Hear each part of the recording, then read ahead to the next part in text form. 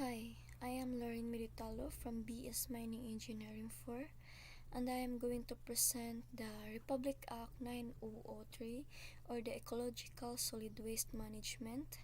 Next is the Republic Act 9275, or the Philippine Clean Water Act rather, and the Republic Act 8749 for the Philippine Clean Air Act, and the Republic Act 6969 for, for toxic substances and hazardous and nuclear waste control act. So first is the ecological solid waste management, then followed by the Philippine Clean Water Act, then next is Philippine Clean Air Act, and last is the toxic substances and hazardous and nuclear waste control act. So first is the Republic Act 9003, or also called as the Ecological Solid Waste Management, gives a comprehensive system for managing solid waste in a natural economic way within the Philippines. The Act raises different approaches, definitions, and measures pointed at protecting public health and environment, promoting resource conservation and recovery, empowering private segment interest, and institutionalizing open participation in waste administration programs. So the declaration of policies. So the state aims to adopt an orderly, comprehensive, and ecological solid waste administration program to ensure open well-being and the environment, maximize resource utilization, advance waste minimization and reusing, energize private segment support, and institutionalize open interest. So here are the key provision of the Republic Act 9003. First is the Comprehensive Waste Management Program. So the Act mandates the adoption of an efficient and comprehensive environmental solid waste management program to protect public health and the environment. Second is the resource conservation and recovery. So it promotes environmentally sound methods that maximize the utilization of profitable resource and encourage preservation and recovery through measures such as composting, reusing, and recovery. Then third is the waste minimization. So the Act sets rules and targets for waste shirking and volume reduction through source reduction and waste minimization measures, sometime recently collection, treatment, and transfer.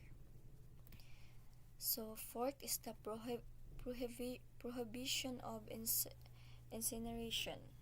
So the Act prohibits incineration as a waste transfer strategy and instead promotes alternative environmentally sound, strong waste management facilities and practices. Next is the local government responsibility. It holds essential requirement and duty for strong waste management with local government units while encouraging cooperation among the national government organizations, NGOs, and the private sectors. And sixth is the private sector participation.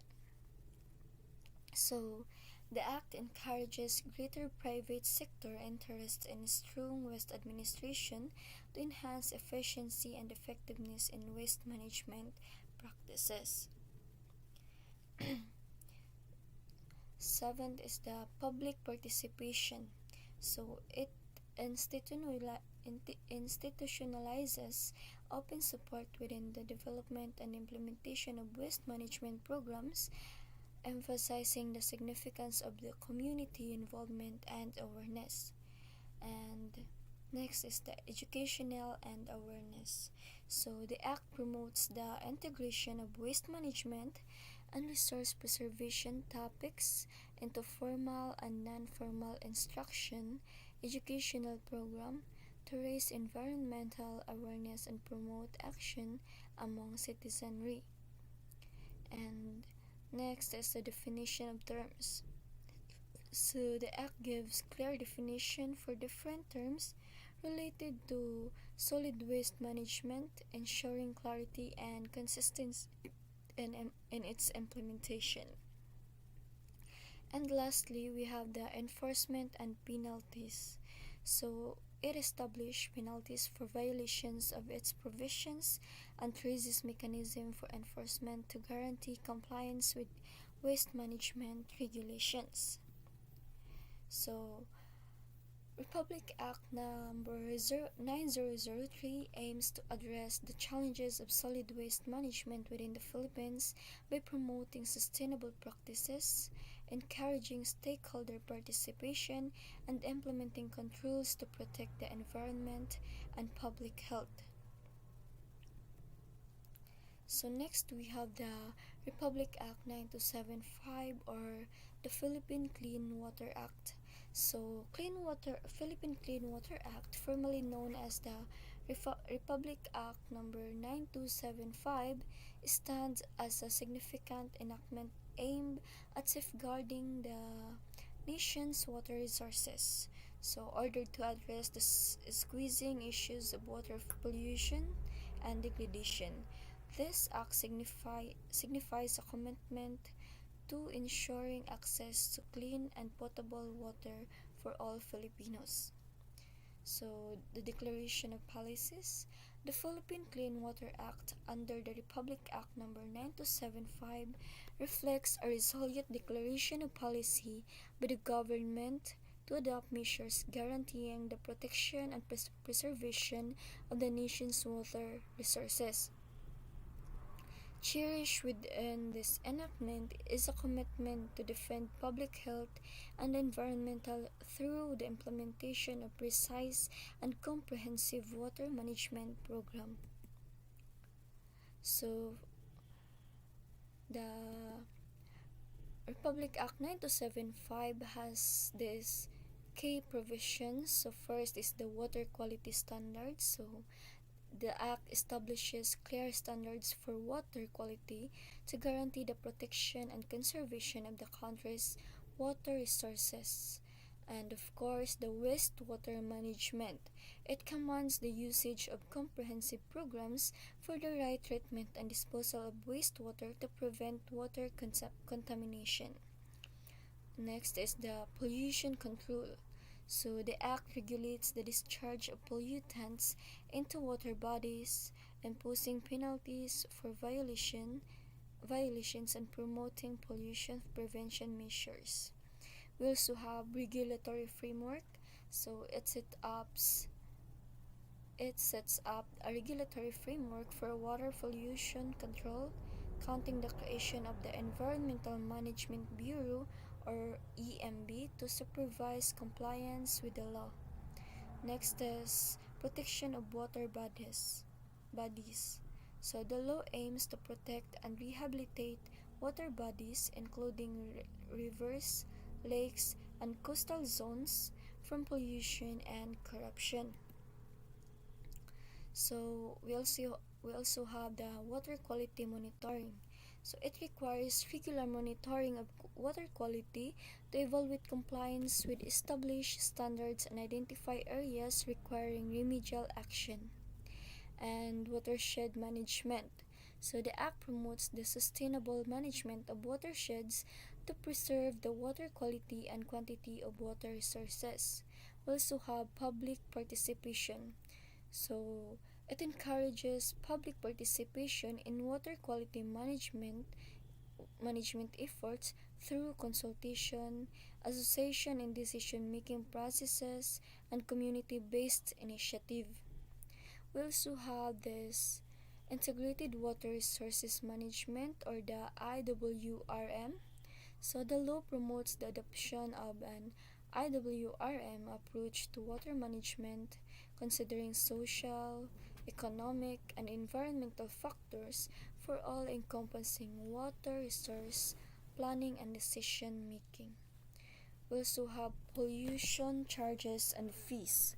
So the act authorizes the imposition of pollution charges and fees on polluters to generate funds for the water quality enhancement projects and pollution control measures. So Philippine Clean Water Act represents a basic step towards environmental stewardship and sustainable development within the Philippines. By promoting responsible water utilize, pollution prevention, and community engagement, this enactment serves as a reference point of trust for future generations. So, next we have the Republic Act 8749, or also known as the Philippine Clean Air Act. So, Philippine Clean Air Act stands as a point of interest enactment within the Philippines, aimed at addressing air pollution and promoting clear air for all citizens, enacted to tackle the growing concerns over deteriorating air quality and its negative impacts on the public health and environment. This law signifies an urgent step towards feasible improvement and environmental protection. So the declaration of policy. So Philippine Clean Air Act begins with a resolute declaration of policy, confirming the state's commitment to defending public health and welfare by guaranteeing the maintenance of clean and healthy air rather. It underscores the government's responsibility to protect and preserve the environment, recognizing the proper of every individual to breathe air free from harmful pollutants.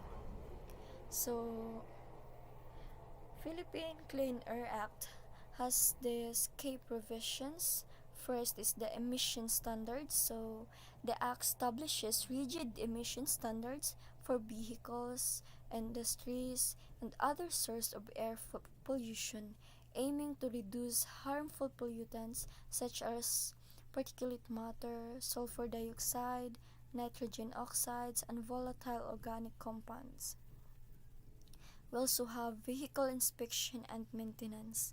So it mandates regular inspection and maintenance of engine vehicles to ensure compliance with the emission standards, promoting the use of cleaner fuels and technologies to minimize air pollution from versatile resources. We also have smoke-free environment.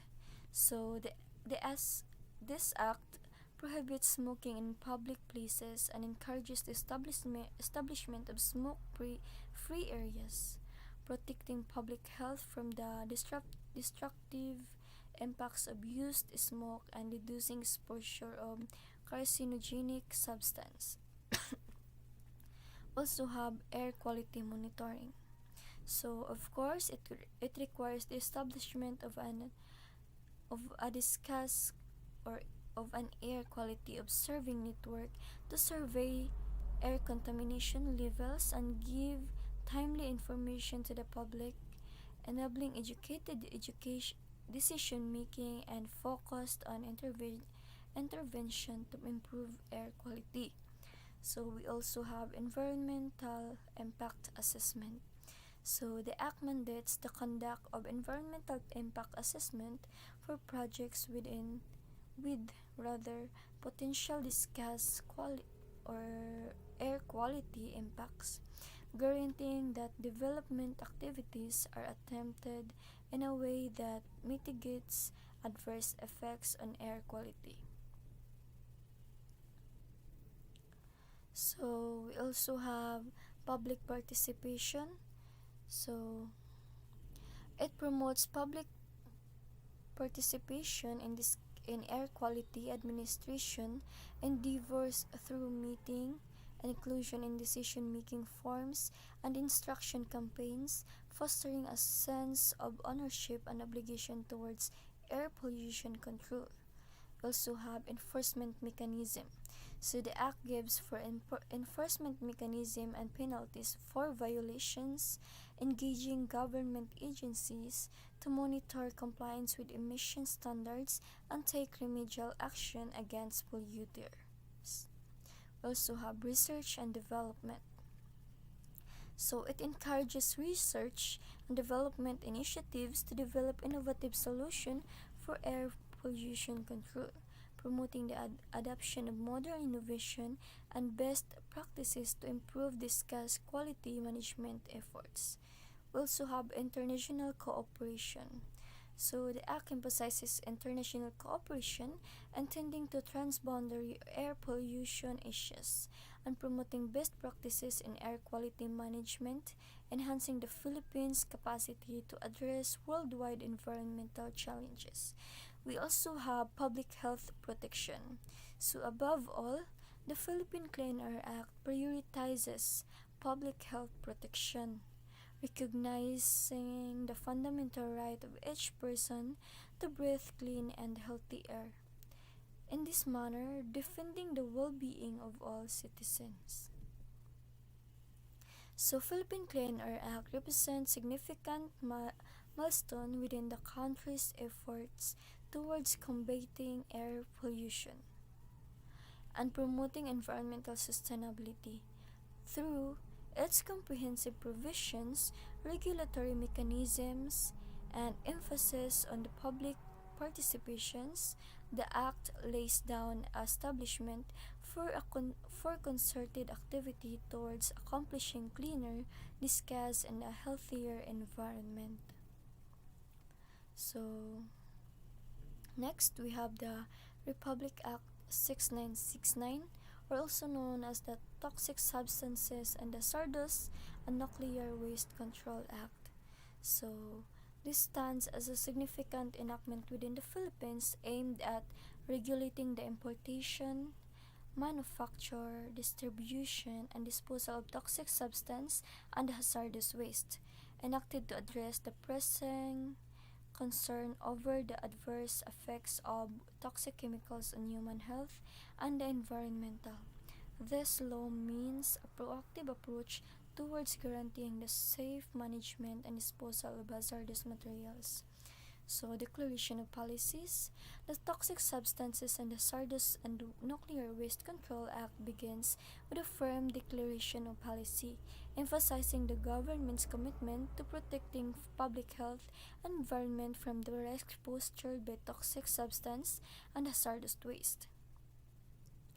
It recognizes the inherent dangers associated with the improper handling and transfer of such materials and underscores the require for comprehensive regulations to mitigate their adverse impact. We also have regulation of toxic. So, Republic Act 6969 has these key provisions. First is the regulation of toxic substances. So, the Act regulates the importation, manufacture, processing, distribution, utilize, and disposal of toxic substances, ensuring that they are managed in a way that minimizes risk to human health and the environment. Next, we also have hazardous waste management. It builds up rules for ecologically sound management of hazardous waste, including their generation, capacity, transportation, treatment, and disposal to avoid contamination and minimize environmental contamination. Next, we have product labeling and information. So the Act requires the labeling of hazardous substances and items containing toxic chemicals, providing consumers and workers with essential information on potential risk and safe handling practices. We also have pollution prevention. So it promotes pollution prevention measures such as cleaner production practices and the utilize of less hazardous alternatives to reduce the area of toxic substances and hazardous waste at the source. Next, we have the environmental liability.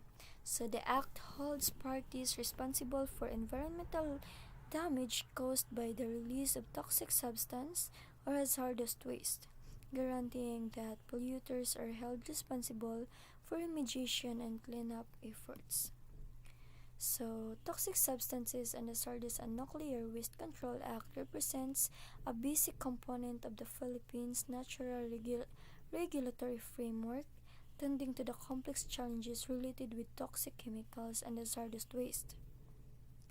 So, by setting up comprehensive directions, promoting pollution anticipation measures, and holding polluters responsible, this enactment lays the basis for maintainable advancement and environmental protection.